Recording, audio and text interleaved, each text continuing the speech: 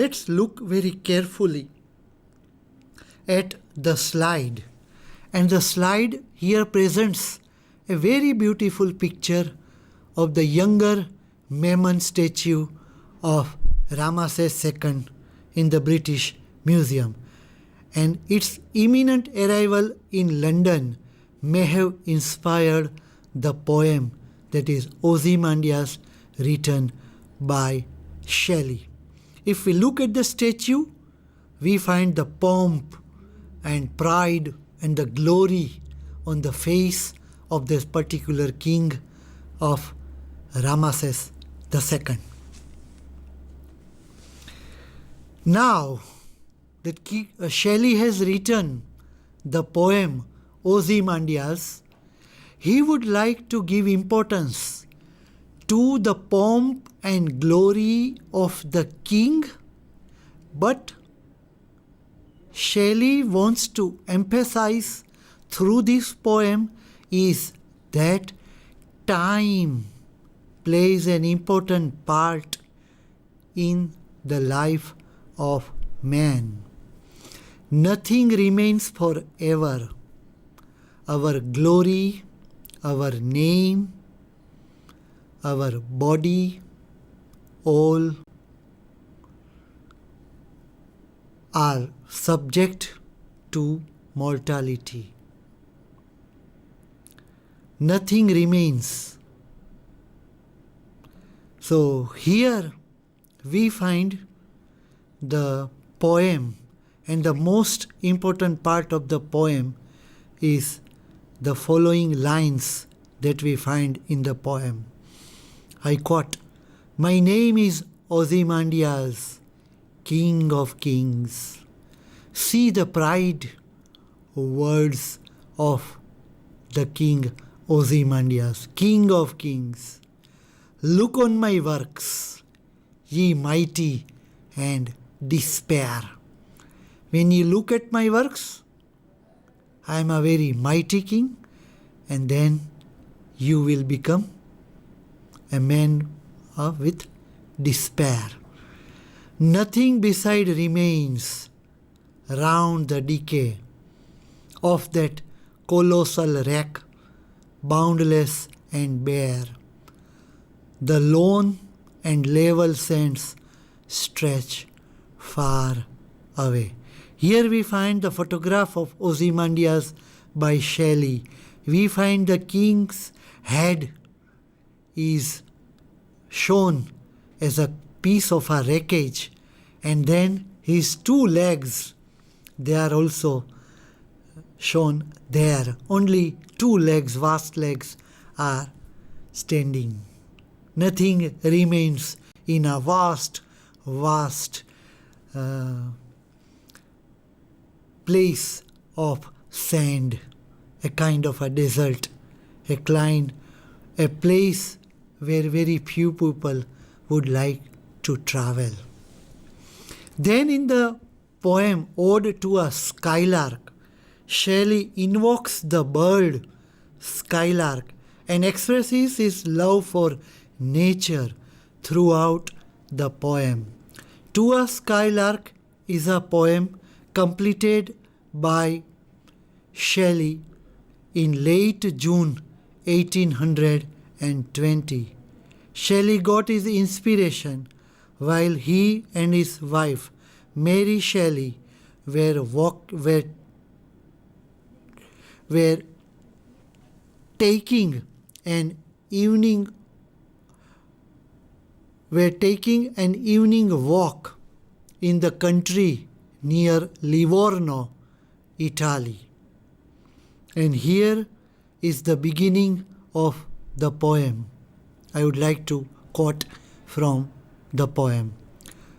He would like to address to a skylark, "Hail to thee, blithe spirit, bird thou never wert, that from heaven or near it pourest thy full heart in profuse strains of unpremeditated art." Unquote. Lines 1 to 5.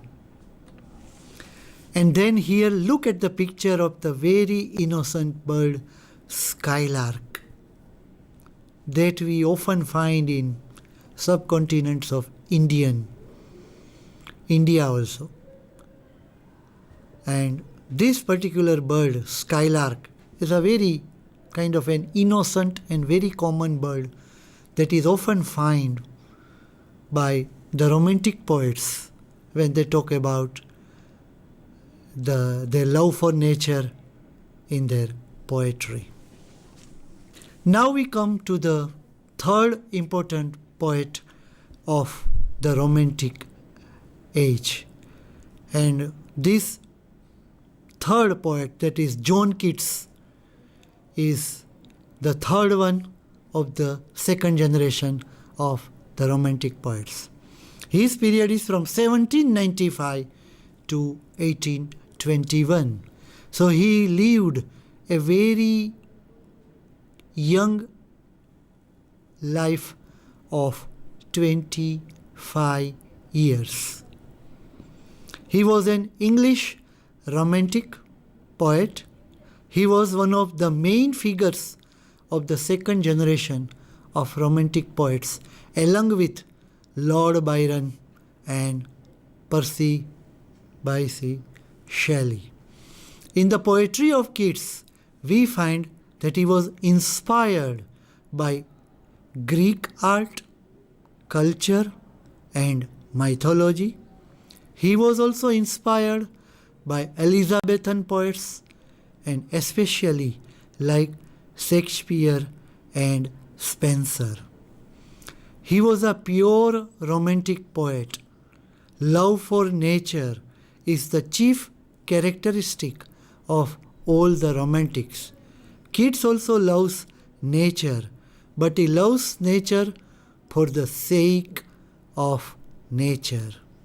He doesn't give any theory or ideology about nature. He only admires the beauty of nature.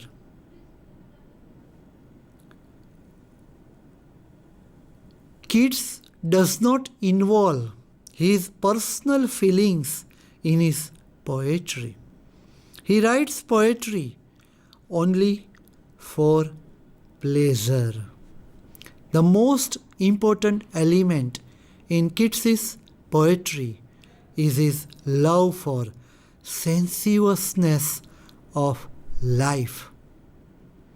We not only enjoy his poetry, but rather we taste, touch, see, and hear all the ideas presented in his poetry.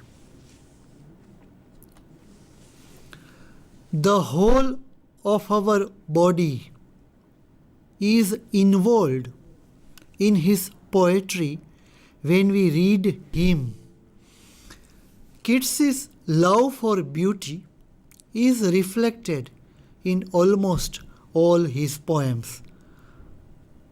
For Keats, for example, if we look at the poem Endymion and its very beginning lines 1 to 5, we find this thing. I quote, "A thing of beauty is a joy forever.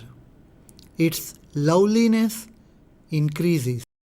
It will never pass into nothingness, but still will keep a bower quiet for us, and a sleep full of sweet dreams and health and quiet breathing." Unquote. So here we find Keats is a lover of beauty, and for him a thing of beauty is always a joy forever. In his another poem that I had not mentioned here, that is Ode on a Grecian Urn, John Keats talks about beauty with the famous quotation that beauty is truth, truth is beauty. Beauty is truth. Truth is beauty. This philosophy of Keats, truth is beauty, beauty is truth, we can find not exactly the same kind of an philosophy that is also reflected in our Indian Hindu philosophy. And this philosophy is of Satyam, Shivam and Sundaram. सत्य ही सुंदर है and सुंदरता ही शिव है. This particular thing that is given in Hindi, if we translate it into English, it becomes truth is beauty, beauty is truth. Now come to another important aspect of Keats. Like Shelley, Keats too has written an ode to a nightingale.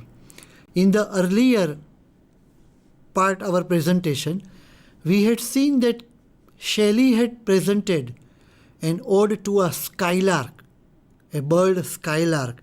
So Keats has also written an ode to another bird, and this time it is none but a nightingale. So here is poem Ode to a Nightingale. This poem was inspired while he was sitting under the plum tree in the Hampstead garden of his house. His friend Charles Brown has narrated an incident. I would like to quote this incident from the book of Hyder Rollins, The Keats Circle, 2 volumes, and especially this quotation is, I have taken it from the volume 2, page 65. I would like to quote the following quotation by his friend Charles Brown. I quote, "A nightingale has built a nest near their house, and one morning Keats, who been delighted by the nightingale's song, sat under a plum tree in the garden and remained there for several hours composing. He eventually returned with some scraps of paper which, according to Brown, contained the ode to a nightingale." Unquote. Now here in this particular slide, let us look at the picture. We find here 2 pictures. First is the bird nightingale that sings a beautiful songs from centuries onwards to the human beings. Our political, that is the father of nation, Mahatma Gandhi, used to call Sarojini Naidu as the nightingale of Indian poetry. Now come to our presentation. Second picture, we find the poet, that is Keats, sitting under a plum tree, and then here he hears the song of nightingale. For Keats, the bird nightingale is mortal, but its song is immortal. The song of the bird gives the poet extreme pleasure, happiness and love. The bird belongs to the world of nature, where one can find pleasure, happiness and joy. While in the man's world we find, I quote from the same poem, Ode to Nightingale, stanza 3, lines 2 to 6. "What thou among the leaves hast never known, the weariness, the fever and the fret. Here, where men sit and hear each other groan, where palsy shakes a few sad last grey hairs, where youth grows pale and spectre thin and dies. Keats' love for supernatural is reflected in his famous poem La Belle Dame Sans Merci. It is a ballad written by John Keats in the year 1819. The poem presents a story of unfulfilled love and desire by knight and his meeting with a beautiful lady, La Belle. Here we find a picture of La Belle Dame Sans Merci. Here the lady is standing with wings and the knight is lying at the feet of the lady. I would like to quote from the poetry of the Romantic Age. Oh, what can ail thee, knight at arms, alone and palely loitering? The sage has withered from the lake, and no bird sing. I met a lady in the midst, full beautiful, a fairish child. Her hair was long, her foot was light, and her eyes were wild. I saw pale kings and princes too, pale warriors, death pale, were they all. They cried, La Belle Dame Sans Merci, hath thee in thrall. Conclusion. The first generation Romantic poets were Wordsworth and Coleridge, and the second generation Romantic poets were Byron, Shelley and Keats. Continued to inspire the later poets like Robert Southey, Thomas Moore, Campbell, Samuel Rogers, Lane Hunt, Thomas Wood, John Clare and James Smith. The Romantic Age is believed to come to an end during the Victorian Age about 1830. In my lecture on poetry of the Romantic Age, I had tried my best to explain you all the important aspects of Romantic Age and its poetry in particular. Thank you.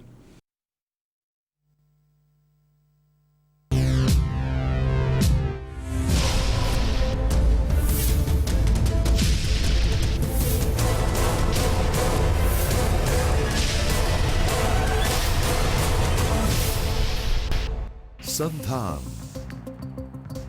All Gujarat Integrated Classroom. સેટેલાઇટના માધ્યમથી જોડતી કડી એટલે સંધાન.